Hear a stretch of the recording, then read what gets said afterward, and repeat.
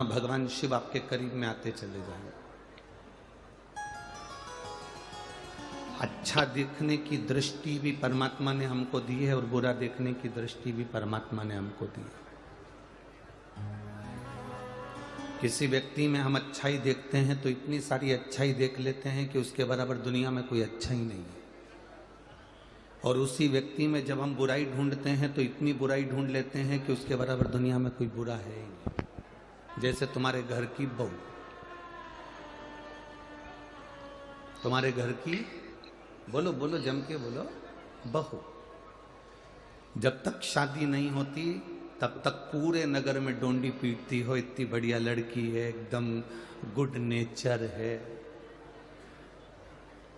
दिखने में भी सुंदर है, उसके माँ बाप के इतने अच्छे संस्कार हैं कि हम 3-4 बार गए, उसने उठ के हमको नमन करा, प्रणाम करा।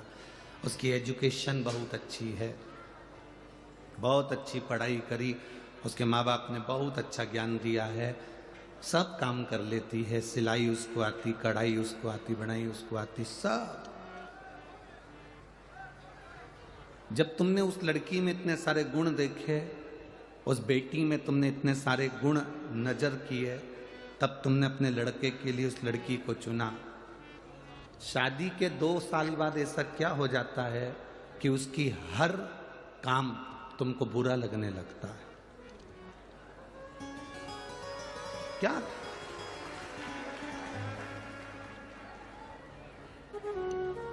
मतलब शास्त्र झूठ नहीं कहता, शास्त्र सत्य कहता है, इसलिए इसको सत्यम शिवम सुंदरम कहते हैं।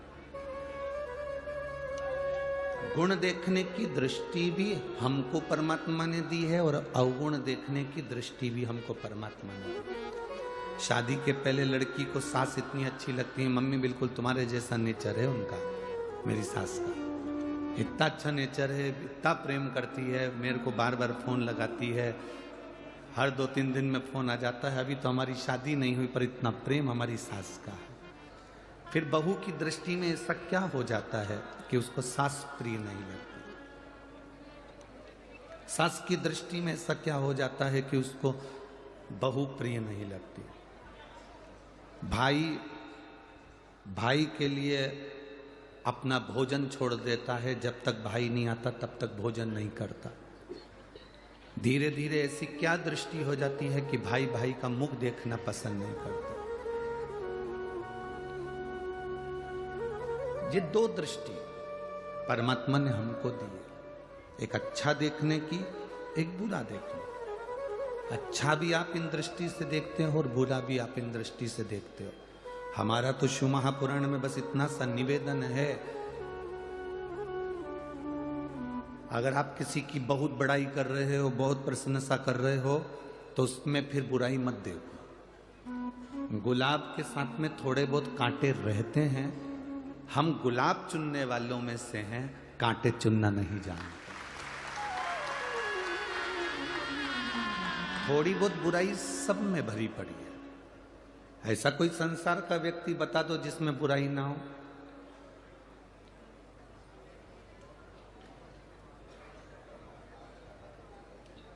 कोई कितना बड़ा भी, कितनी भी ऊंची पोस्ट पर पहुंच जाए, कितना बड़ा भी संत साधु गुरुजन बन जाए, उसमें भी कोई ना कोई बुराई रह जाए।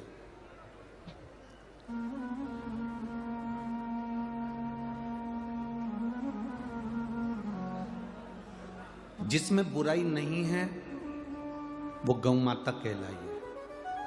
गौ माता के अंदर दुनिया की कोई बुराई नहीं है, इसलिए उसका जो गोबर होता है, उस गोबर की भी पूजन होती है, गोवर्धन बनता है।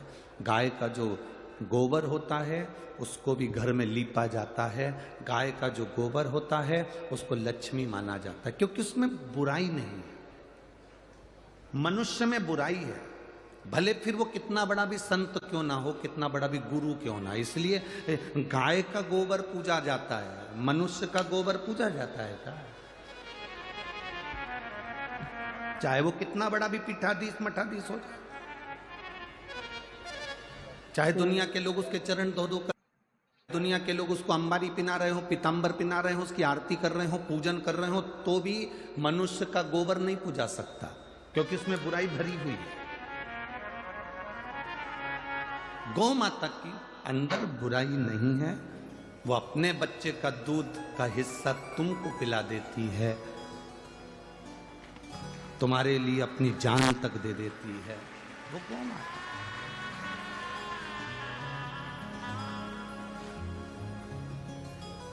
अब जैसे गौ माता में बुराई नहीं है, संसार में अगर भगवान ने हमको जन्म दिया है तो हम क्यों बुराइयां छाटे, हम क्यों एक जरा सा फेसबुक पे किसी ने उल्टा सीधा कमेंट, वो व्यक्ति ऐसा है, और तुमने उसमें कमेंट्स डालना चालू कर दिया, हाँ वो तो ऐसा ही है, वो तो वैसा ही है, तुम्हें क्या करना उससे।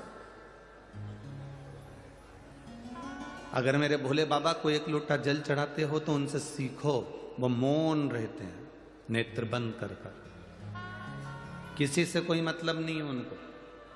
जब मौका मिलता है तब नेत्र खोलते हैं, दर्शन का आनंद लेते हैं और जगत का कल्याण करते हैं।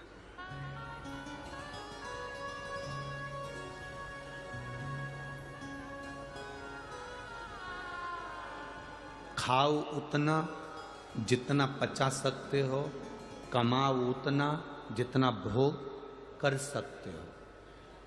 आप 24 घंटे दुकान पर बैठो, हमें कोई दिक्कत नहीं।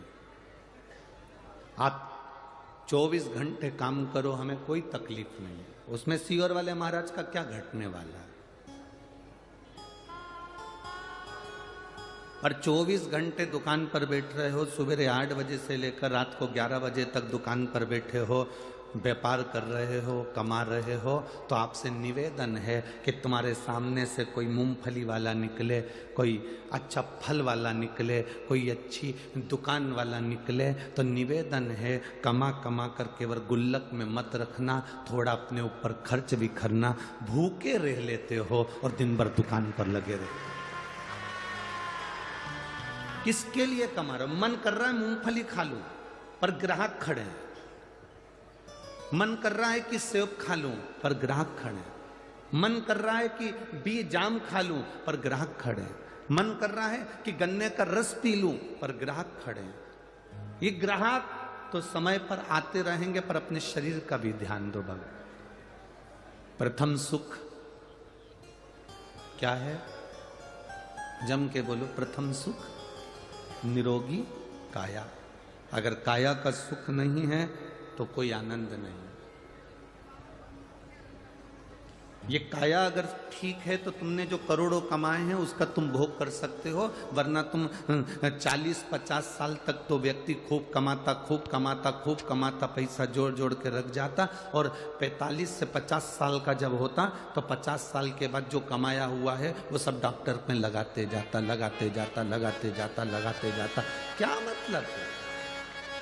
40-50 साल तक कमाया और 40-50 साल तक कमाने के बाद उसको उठा के डॉक्टर में लगाया, तो ऐसी कमाई किस काम की? अपने प्रति जागरूक होइए। आप 1 रुपए का भी दान मत करो, हम कभी नहीं कहेंगे कि तुम दान करो।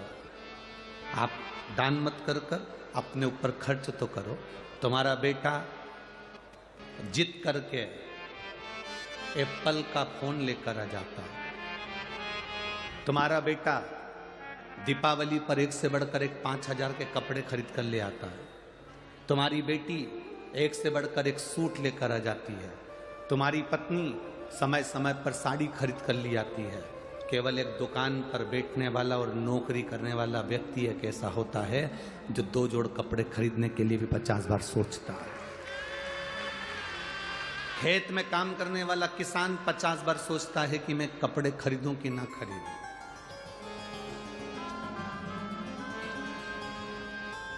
घर में काम करने वाली मां 50 बार सोचती है कि मैं कपड़े खरीदूं कि ना खरीदूं।